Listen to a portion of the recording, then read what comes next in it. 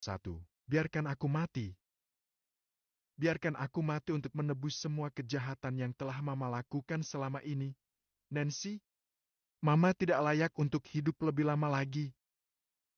Ucap Florence dengan suara lemah. Saat ini Florence sudah terbaring lemah di ranjang rumah sakit dengan kedua tangan dan kaki terikat pada sisi tempat tidur. Hal itu sengaja dilakukan untuk mencegah Florence kembali mengamuk saat dia tersadar dari pingsannya. Kondisi Florence terlihat mulai tenang akibat suntikan obat penenang yang diberikan oleh dokter yang merawatnya. Pergelangan tangan kiri Florence tampak dililit perban karena luka sayatan. Sementara di samping tempat tidur tampak tergantung kantong darah untuk menggantikan darah Florence yang terbuang percuma akibat sayatan nadi pada pergelangan tangan kirinya tersebut. Mama tidak boleh ngomong seperti itu. Mama tahu, Papa Eldrick sudah pergi meninggalkan Nancy untuk selamanya. Apa Mama tega meninggalkan Nancy sendirian? Sahut Nancy sambil terseduh. Eldrick sudah mati. Gumam Florence. Iya mah, Papa mati karena overdosis racun yang diberikan oleh orang yang sama yang juga telah meracuni Mama. Untung Mama masih bisa diselamatkan oleh Kak Sarah dan kakak ipar. Sahut Nancy. Florence langsung terdiam setelah dia mendengar ucapan Nancy tersebut. Tubuh Florence tiba-tiba saja tampak gemetar. Berita kematian Eldrick sepertinya telah memukul batinnya dan menggoncangkan otaknya. Eldrick mati! Gumam Florence lagi. Nancy tampak benar-benar sedih melihat kondisi Florence yang tiba-tiba saja seperti kembali berubah menjadi linglung yang sebenarnya merupakan efek dari obat penenang. Tetapi Nancy malah menganggap jika saat ini ingatan sang mama kembali terganggu. Waktu Charles tiba di rumah Florence, suasana di kamar Florence sudah tidak ada lagi suara gaduh akibat barang-barang yang hancur karena dibanting atau dilempar oleh Florence. Apa yang sebenarnya telah terjadi, Nancy? Tanya Charles waktu itu. Aku tidak tahu, Charles. Mama tiba-tiba saja marah dan mengamuk saat aku baru saja mau masuk ke dalam kamarnya.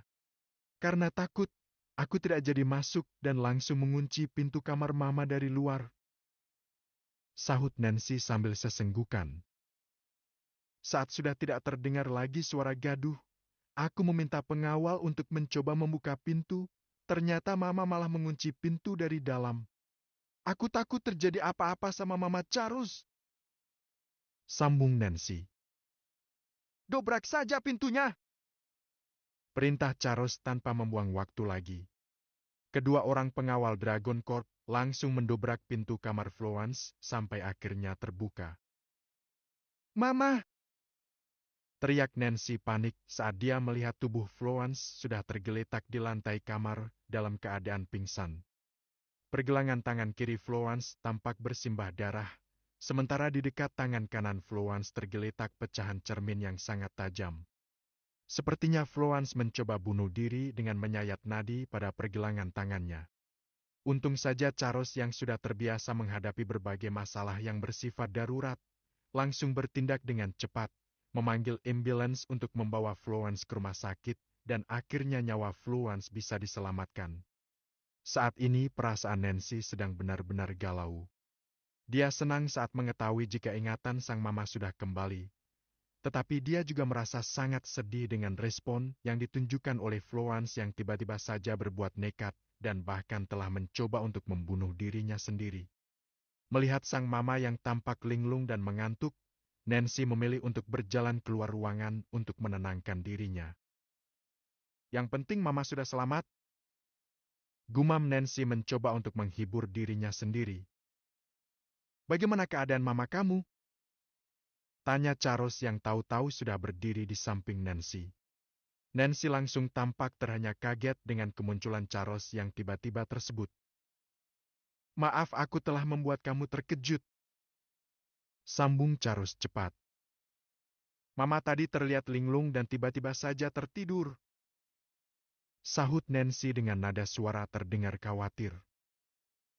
Itu efek dari obat penenang, kamu jangan terlalu khawatir. Tukas Charles yang segera memeluk Nancy. Tadi, Charles sengaja meninggalkan Nancy sendirian menunggu di ruang perawatan Florence karena dia buru-buru ingin memberitahu Brian tentang kondisi terbaru yang terjadi pada Florence tersebut. "Aku takut, Charles," ucap Nancy. "Tenanglah, ada aku yang akan selalu melindungi kamu," tukas Charles sambil mengusap-usap punggung Nancy, mencoba untuk membuat Nancy menjadi lebih tenang dan merasa nyaman. "Apa kata kakak ipar, Charles?"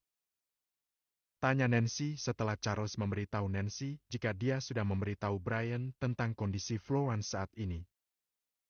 "Tuan muda tidak menyangka jika setelah ingatan mama kamu kembali, ternyata mama kamu malah memilih untuk bunuh diri. Setelah acara di ibu kota selesai, Tuan muda akan langsung kembali ke kota Rhodes untuk memeriksa mama kamu," sahut Charles.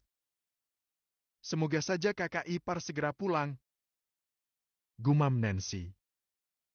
"Sekarang sebaiknya kita turun dulu ke kantin rumah sakit untuk mengisi perut," ujar Charles yang segera melepaskan pelukannya dan menggandeng Nancy untuk turun ke lantai 1. Meski saat ini Nancy sama sekali sedang tidak ada selera makan, tetapi dia menurut saja, mengikuti Charles hingga ke kantin rumah sakit.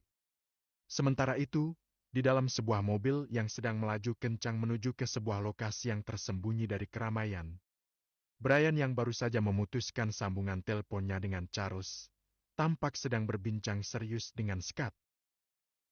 "Tidak kusangka, Nyonya Florence bisa begitu cepat mendapatkan ingatannya kembali," gumam Brian setelah dia menerima telepon dari Charles. "Padahal aku mengira jika ingatan dia bisa saja tidak akan pernah pulih seumur hidupnya," sambung Brian. "Apa yang akan kamu lakukan selanjutnya, Brian?"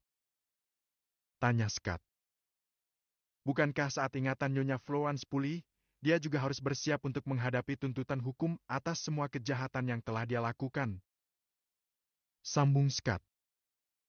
"Itulah yang saat ini sedang membebani pikiran aku, Scott. Kalau aku mau, bisa saja aku membuat ingatan Nyonya Florence kembali bermasalah agar dia bisa terus terbebas dari jeratan hukum," tukas Brian. "Tetapi jika aku melakukan hal itu, bukankah itu sama saja dengan aku telah berbuat buruk terhadap mamanya Nancy tersebut?"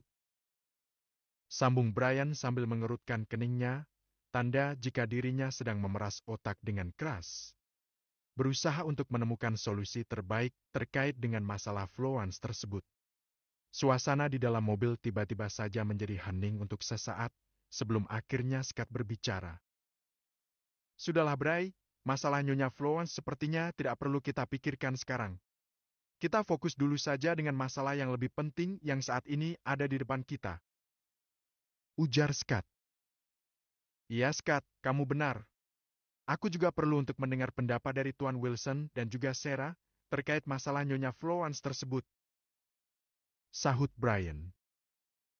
"Tuan muda, kita sudah mulai mendekati lokasi mereka. Kalau berdasarkan koordinat yang dikirimkan oleh Black Snake, lokasi mereka tinggal lebih kurang 2 kilometer dari pinggir jalan ini. Dan kita harus berjalan kaki untuk mencapai lokasi tersebut." Tiba-tiba saja terdengar suara Derek Lin yang ternyata sudah memperlambat laju mobilnya dan bersiap untuk menepikan mobilnya di tepi jalan. "Lokasi tempat perkemahan mereka masuk sekitar 2 kilometer ke dalam hutan itu," sambung Derek Lin saat mobil yang dia kemudikan sudah terparkir di pinggiran hutan yang cukup lebat di sebelah selatan ibu kota. Tampak juga sebuah mobil yang berisi 5 orang pengawal elit grup Alexander sudah ikut berhenti tepat di belakang mobil Derek Lin. "Oke, Derek. Aku dan Scott akan masuk lebih dulu, sementara kamu pimpin 5 orang anak buah kamu itu untuk segera menyusul. Kepung perkemahan mereka dari 4 sisi. Jangan biarkan ada yang bisa lolos satu pun," ujar Brian. "Baik, Tuan muda," sahut Derek Lin. Begitu turun dari mobil, tubuh Brian langsung berkelebat dengan sangat cepat masuk ke dalam hutan diikuti oleh Scott. Bab ke-462. Mengapa mereka tidak mati? "Mengapa Brian dan mereka semua tidak kunjung pulang?" gumam Evelyn sambil berjalan mondar-mandir di ruang tamu. Sang mama yang